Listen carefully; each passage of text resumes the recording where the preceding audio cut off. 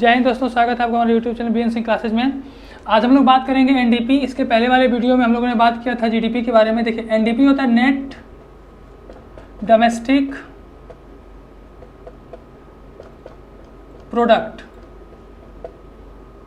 Net domestic product, ठीक है, कुल घरेलू उत्पाद।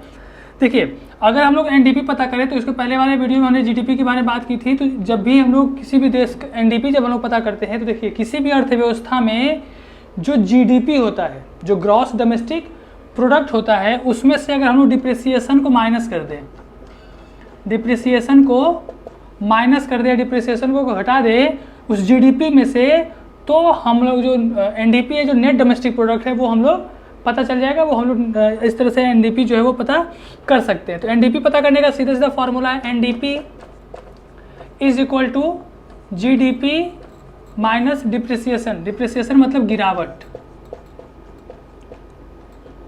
ठीक है, डिप्रिसिएशन मतलब गिरावट। यानी कि एनडीपी हम लोग पता करते हैं कि किसी भी अर्थव्यवस्था में का वो जीडीपी है जिसमें एक साल के अंदर जो गिरावट होती है, जो डिप्रिसिएशन होती है, उसको अगर हम घटा देंगे जीडीपी में से, तो वो हमारा एनडीपी पता चल जाएगा, एनडीपी पता कर सकते हैं, ठीक है।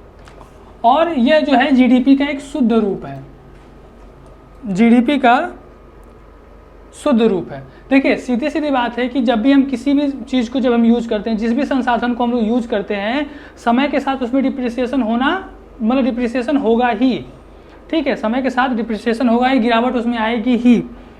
तो ये जो डिप्रिसिएशन है ये किसके वजह से आती है? Wear and tear, wear and tear. Wear and tear का मतलब चीज़ों का तोड़ना फोड़ना, या समय के साथ उसमें जो डिप्रिसिएशन गिरावट आती है वियर और टीयर की वजह से। तो कोई भी एसेट हो, कोई भी आपकी एसेट हो, except human beings, except human beings, समय के साथ उसमें डिप्रिसिएशन गिरावट आना लाजमी है, वो ज़रूर ही आएगा।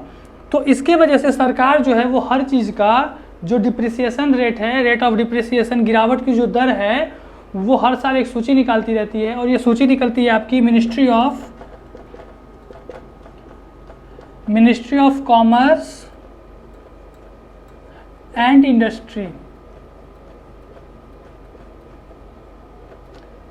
उद्योग एवं व्यापार के जो मिनिस्ट्री होता है उसके द्वारा इसे निकाला जाता है।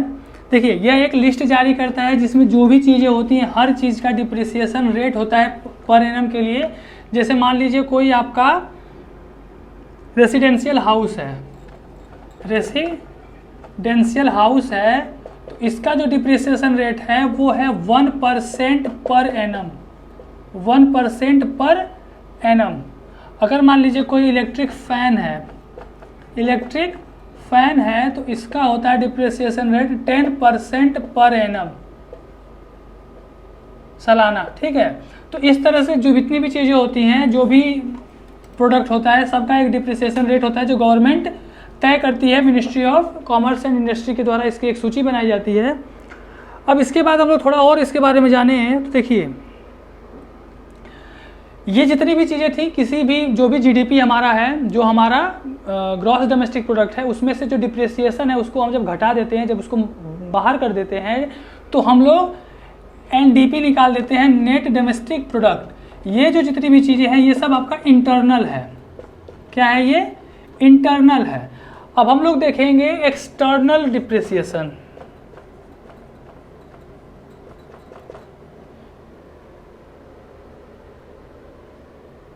ठीक है, तो ये हमारा इंटरनल है। अब हम लोग एक्सटर्नल देखें तो देखिए जो डोमेस्टिक करेंसी है